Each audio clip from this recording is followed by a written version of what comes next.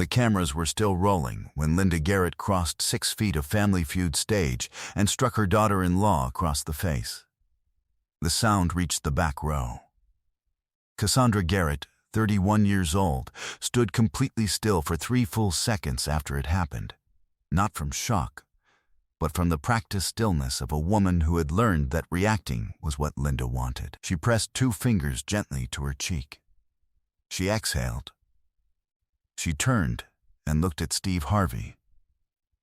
And Steve Harvey, who has navigated 30 years of unscripted human behavior, made a decision in the space of that exhale that had never been made in the 45-year history of this show.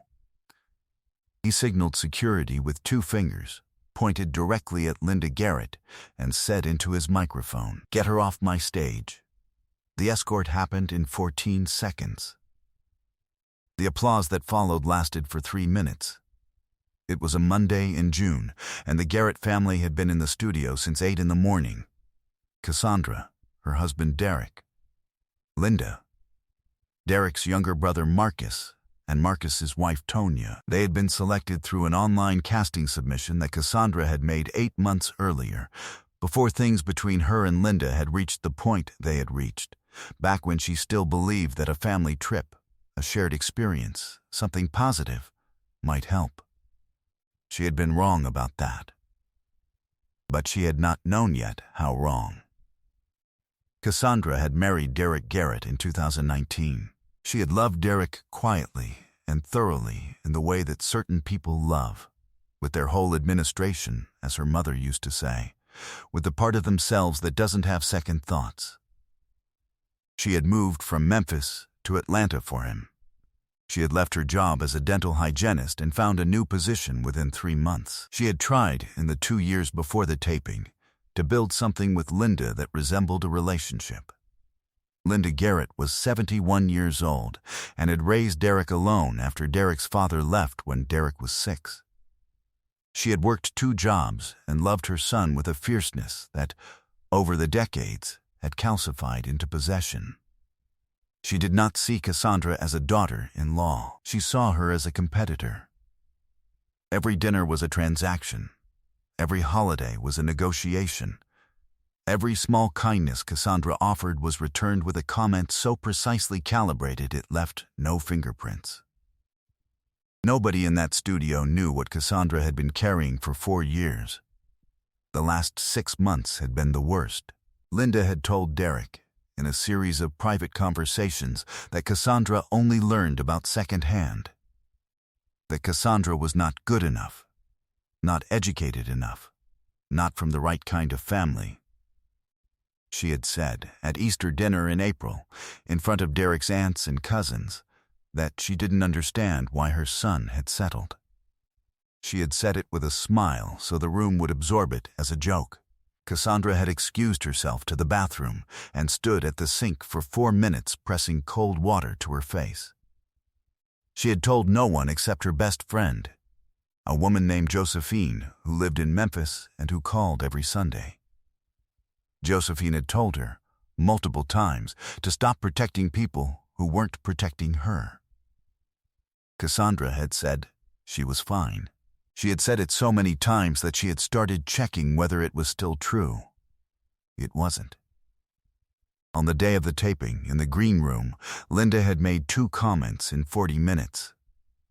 The first was about Cassandra's dress. The second was about her answer in a practice round.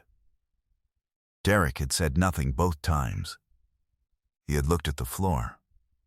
Marcus had changed the subject. Tonya had made the face she always made, the one that said she saw it and was sorry, and also was not going to be the one to address it. Cassandra had smiled both times. She was very good at smiling. The game had gone fine through 3 rounds. The Garretts were sharp and competitive, and the audience had liked them.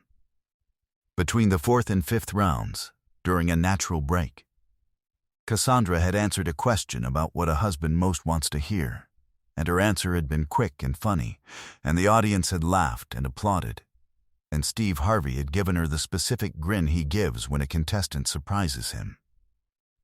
And Linda, standing 2 spots away at the same podium, had leaned close to Cassandra's ear and said something. Cassandra later said she would not repeat what it was.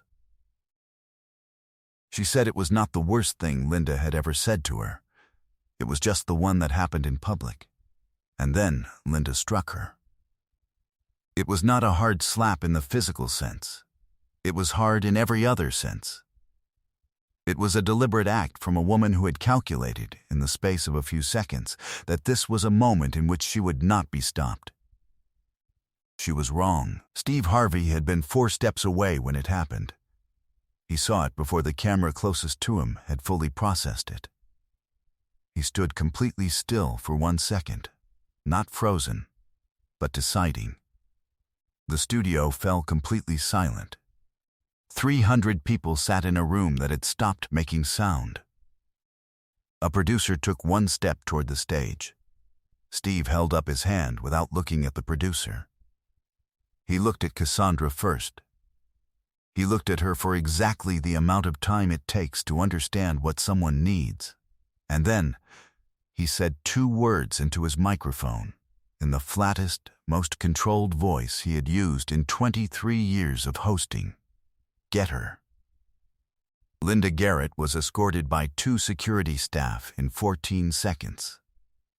She did not go quietly. She said several things on the way out, none of which were audible over the audience.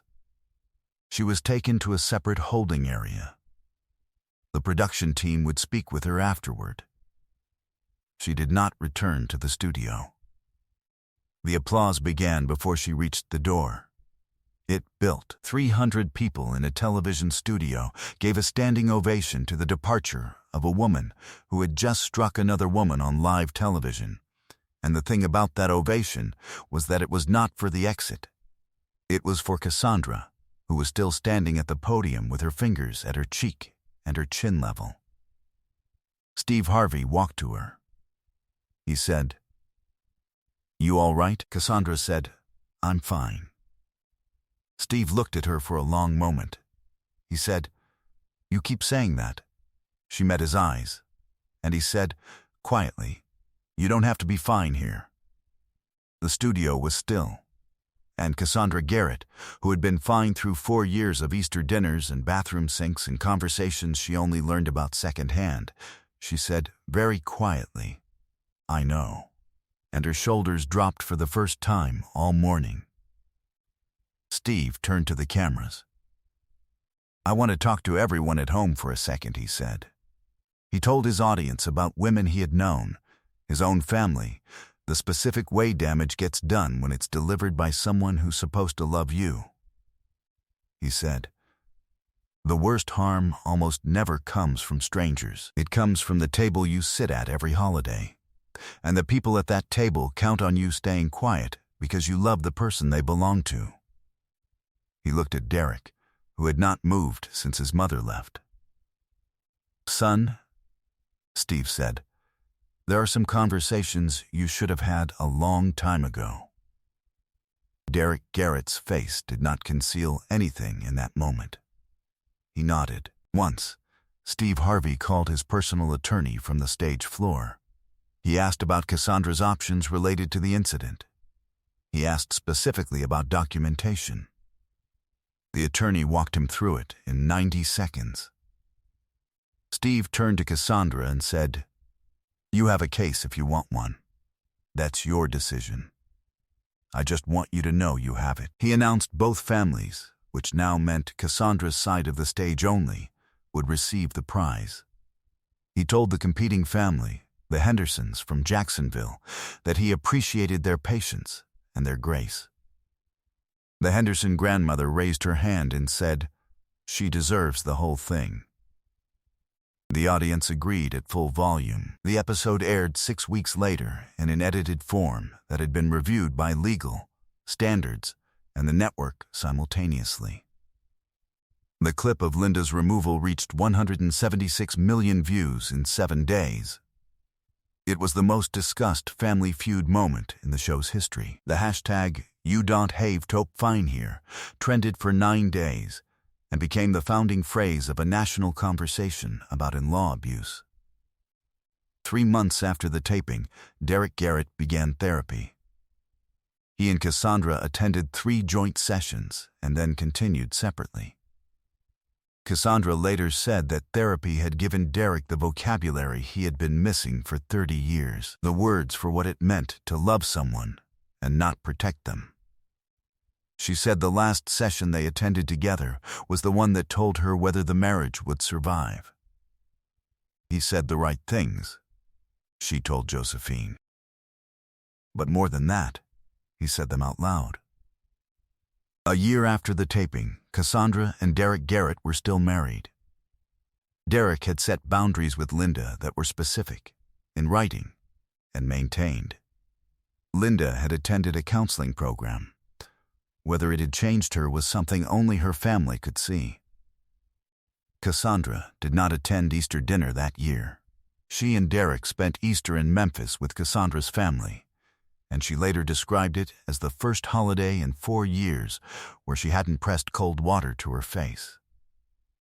The incident sparked a nonprofit outreach program called the Fine Project, founded by a psychology professor who had seen the clip and was moved by Cassandra's phrase. The Fine Project provides counseling resources specifically for women experiencing in-law emotional abuse, a category of harm that has, until recently, had almost no formal support infrastructure.